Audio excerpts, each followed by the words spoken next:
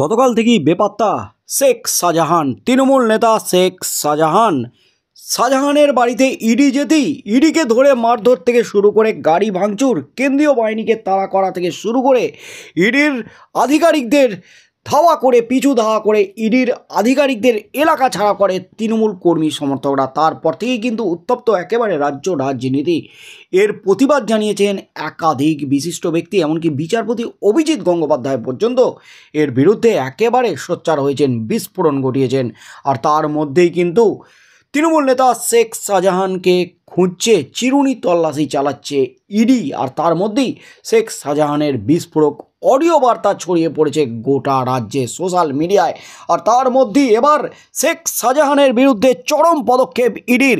এবার ইডি যে স্টেপ নিল তাতেই কিন্তু ঘুম উড়ল শেখ শাহজাহানের। 48 ঘন্টার সময় বেঁধে দিল ইডি। এই মুহূর্তে সবচেয়ে বড় খবর, সন্দেশখালী ঘটনার জের তৃণমূল নেতা শেখ শাহজাহানের বিরুদ্ধে লুক আউট নোটিশ জারি করল ইডি। সূত্রের খবর, নোটিশটি সমস্ত বিমানবন্দরের কর্তৃপক্ষ এবং বিএসএফের কাছে সার্কুলেট করে দেওয়া হয়েছে। রাতেই কিন্তু আরও বড় পদক্ষেপের পথে ইডি, এমনই কিন্তু খবর উঠে আসছে। শেখ শাহজাহানের বাড়িতে ইডির অভিযান ঘিরে উত্তপ্ত হয়ে ওঠে উত্তর 24 পরগনার সন্দেশখালী। দুর্নীতির তদন্তে তৃণমূল নেতার বাড়িতে যেতেই তাদের উপর চড়াও হয় উত্তপ্ত জনতা। উত্তর 24 পরগনার জেলা পরিষদের মৎস্য ও প্রাণী সম্পদ কর্মাধ্যক্ষের শেখ শাহজাহানের অনুগামীরা ভিড় করে ফেলে গোটা এলাকায়। তৃণমূল নেতার অনুগামীদের হাতে আক্রান্ত হন কেন্দ্রীয় গোয়েন্দারা, মেরে মাথা ফাটিয়ে দেওয়া হয় আধিকারিকদের। ছাড় পায়নি কেন্দ্রীয় বাহিনীর জওয়ান সহ সংবাদ মাধ্যমও। তবে ভয়াবহ এই ঘটনার পর থেকেই আর খোঁজ নেই তৃণমূলের শাহজাহানের। আগেই ইডির দায়ের করা অভিযোগের ভিত্তিতে শাসক দলের নেতার বিরুদ্ধে এফআইআর দায়ের করা হয়েছে। এবার লুক আউট নোটিশ জারি করে দিয়েছে। আর লুক আউট নোটিশ জারির পর অবশেষে রাতেই সার্কুলার পৌঁছালো সমস্ত বিমানবন্দর, এমনকি বিএসএফের কাছে। বিএসএফকে সতর্ক করলো ইডি। সারা রাত যেন নিশ্ছিদ্র পাহারায় থাকে বিএসএফ, পালাতে যেন না পারে শাহজাহান। তার মধ্যেই যে খবরে তোলপাড় হয়েছিল, ইডি কিন্তু ধরে নিচ্ছে শাহজাহান নাকি বাংলাদেশ পালিয়ে গেছে। কিন্তু তার মধ্যেই বিএসএফকে সতর্ক করে দিয়েছে, কেন্দ্রীয় বাহিনীকে সতর্ক করেছে।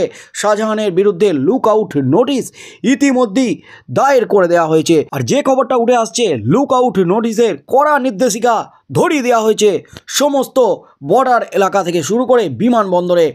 একেবারে তোলপাড় শুরু করেছে শাহজাহানের খোঁজে ইডি। সন্দেশখালীর এই ঘটনা নিয়ে গতকাল থেকেই উত্তপ্ত রাজ্য রাজনীতি শুরু হয়ে গেছে কাদা ছোড়াছুড়ি। তৃণমূল নেতার বাড়িতে গিয়ে ইডির উপর হামলার ঘটনার পর এই প্রসঙ্গে তৃণমূল মুখপাত্র কুণাল ঘোষ বলেন যে ইডি রাজ্য প্রশাসনকে বলেছে 48 ঘন্টার মধ্যে শাহজাহানকে তাদের হাতে তুলে দিতে হবে। কুণালের কথায় আমি শুনেছি ইডি রাজ্য প্রশাসনকে বলেছে 48 ঘন্টার মধ্যে শাহজাহানকে তাদের হাতে দিতে হবে।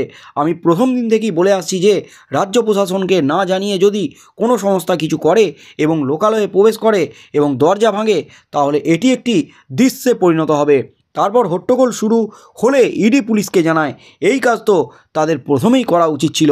এদিকে কেন্দ্রীয় আধিকারিকদের উপর এই হামলার ঘটনায় গতকালই খবর পৌঁছে গেছে দিল্লিতে। গোটা ঘটনায় স্বরাষ্ট্রমন্ত্রী অমিত শাহকে ফোনে জানান বিরোধী দলনেতা শুভেন্দু অধিকারী। এমনকি রিপোর্টও পাঠানো হয়েছে। টুইট করে কেন্দ্রীয় স্বরাষ্ট্রমন্ত্রী, রাজ্যপাল, ইডি ডিরেক্টর এবং সিআরপিএফকে ট্যাগ করে গুরুতর পরিস্থিতি বিবেচনা করে যথাযথ ব্যবস্থা গ্রহণের অনুরোধ জানিয়েছেন শুভেন্দু অধিকারী। বিষয়টি এনআইএ তদন্ত করা উচিত বলেও সোশ্যাল মিডিয়ায় মন্তব্য করেছেন শুভেন্দু। তার মধ্যেই কিন্তু লুক আউট নোটিশ জারির অবশেষে নির্দেশিকা জারি করল ইডি এবং সেই নির্দেশিকা, কড়া নির্দেশিকা পাঠিয়ে দেওয়া হলো সমস্ত বিমানবন্দর, এমনকি বিএসএফকে, বর্ডার সিকিউরিটি ফোর্সকে। সমস্ত বর্ডার এলাকায় কিন্তু এটা পাঠিয়ে দেওয়া হয়েছে, পালাতে যেন না পারে শাহজাহান, এটাই কিন্তু চাইছে ইডি।